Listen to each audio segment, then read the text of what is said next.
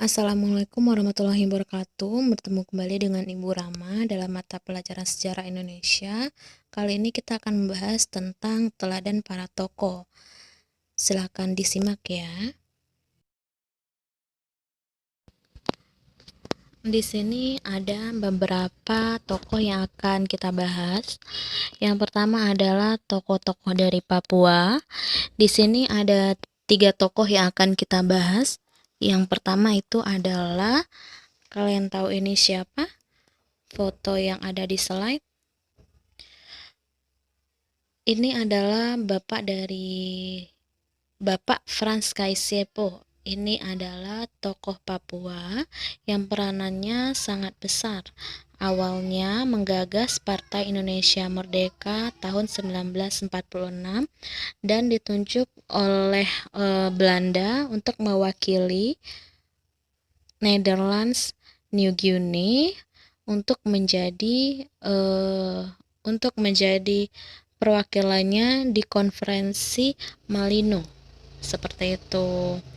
Pada saat menjadi perwakilan itu, ternyata Frans Kaisiepo menolak rencana penggabungan Irian Barat dengan negara Indonesia Timur. Dia beranggapan bahwa Irian Barat itu merupakan bagian dari NKRI, bukan bagian dari NIT.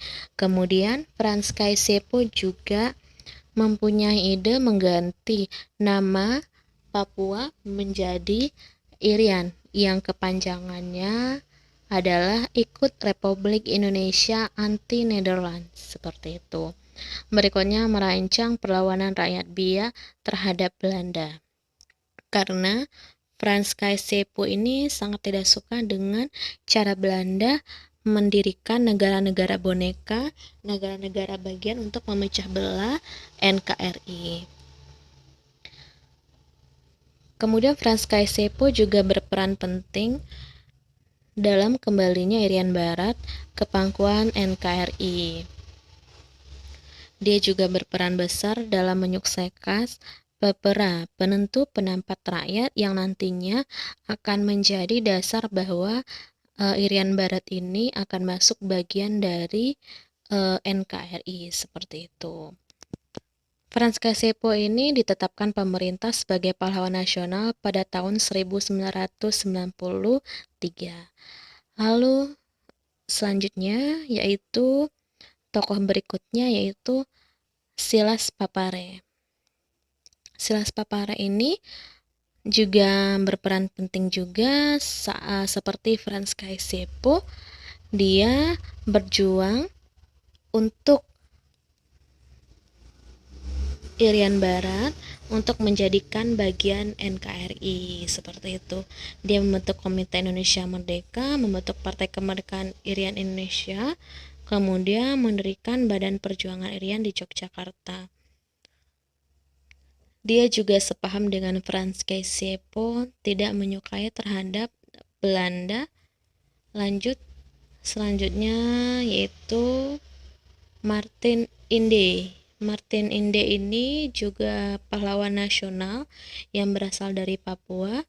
Peranannya juga sangat penting, diantaranya merencanakan perlawanan, memimpin aksi protes yang didukung oleh delegasi 12 kepala suku yang ada di Irian.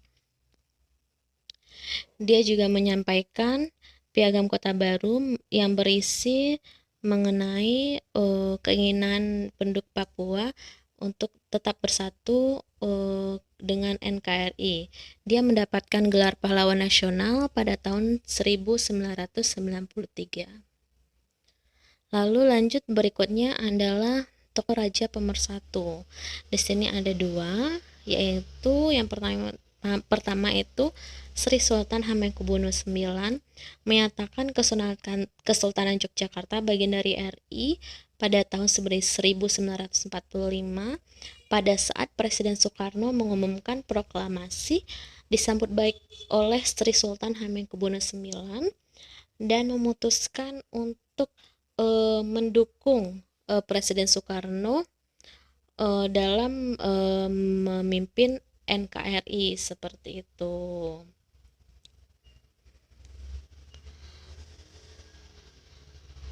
dan menyuruh dan Hamengkubuwono ini menyuruh rakyat Jogja mendukung pemerintah RI seperti itu, dan menjamin keamanan penyelenggaraan pemerintah Indonesia selama masa revolusi. Berikutnya adalah Raja Pemersatu, yaitu Sultan Syarif Qasim II.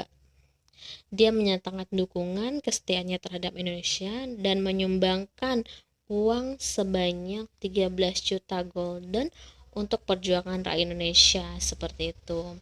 Ini jumlah yang cukup banyak ya untuk perjuangan rakyat Indonesia.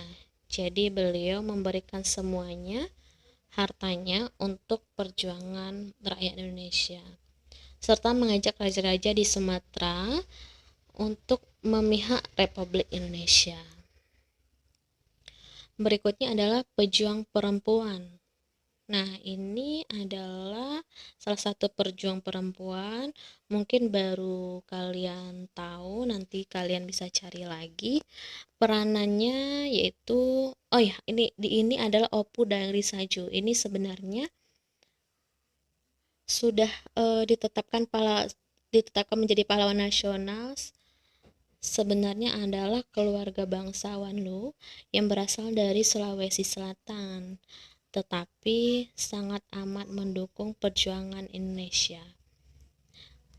Ini peranannya diantaranya bergabung dengan Partai Serikat Islam Indonesia, menjadi ketua PSII Palopo pada 1930, aktif perjuangan melawan kolonial Belanda, dan turut terlibat pertempuran dengan Belanda pada masa awal kemerdekaan Indonesia, sehingga Belanda tidak suka dengan perlawanan yang dilakukan oleh Opu Dayang Risaju, sampai Belanda sangat ingin menangkap Opu Dayang Risaju, dan akhirnya ditangkap dan disiksa oleh Belanda, disuruh berjalan sejauh 40 km oleh Belanda, dan dijadikan tahanan dan disiksa sampai pulih.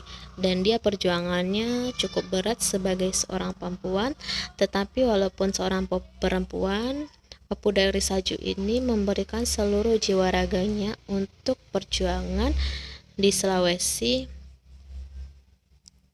Lanjut, selanjutnya adalah pejuang seni. Di sini ada dua tokoh, yaitu kalian pasti bisa menebak. Yang pertama itu Ismail Marzuki, menciptakan lagu-lagu bernuansa perjuangan, karena pada saat itu beliau sudah tidak bekerja dan tidak bisa ikut perjuangan karena sakit, sehingga beliau menciptakan lagu-lagu perjuangan dan mencurahkan seluruh perasaannya ke dalam lagu, dari mulai lagu Halo Halo Bandung, Selendang Sutra, lalu kemudian Sapu Tangan dari Bandung Selatan, Sepasang Bola Mata, dan Melati di Tapal Batas, merupakan lagu-lagu perjuangan, serta lagu-lagu yang terkenal adalah Rayuan Pulau Kelapa dan Indonesia Tanah Pusaka. Ini adalah karya dari Ismail Marzuki, seperti itu. Karena perjuangannya di bidang seni, maka Ismail Marzuki pada saat meninggal namanya diabadikan di Pusat Kesenian Jakarta, yaitu ada namanya Taman Ismail Marzuki. Lalu berikutnya adalah Muhammad Yamin, berjuang melalui pemikiran politik dan karya sastra yang cukup banyak, lalu menyumbangkan konsep Pancasila dan Undang-Undang 1945, seperti itu. Sekian materi kali ini. Sebenarnya masih banyak tokoh-tokoh yang bisa kita jadikan contoh, namun kali ini kita membahas segitu aja. Selanjutnya tugas untuk pertemuan sekarang adalah kalian pilih salah satu pahlawan nasional dan Buat biografi, sertakan peranannya dalam upaya mempertahankan integrasi bangsa. Dan tulis juga pendapatmu tentang tokoh tersebut. Tokohnya siapa aja boleh, dalam berbagai bidang boleh. Minimal 1 halaman. Tugas boleh difoto dan dikumpulkan di Classroom. Terima kasih semuanya. Assalamualaikum warahmatullahi wabarakatuh.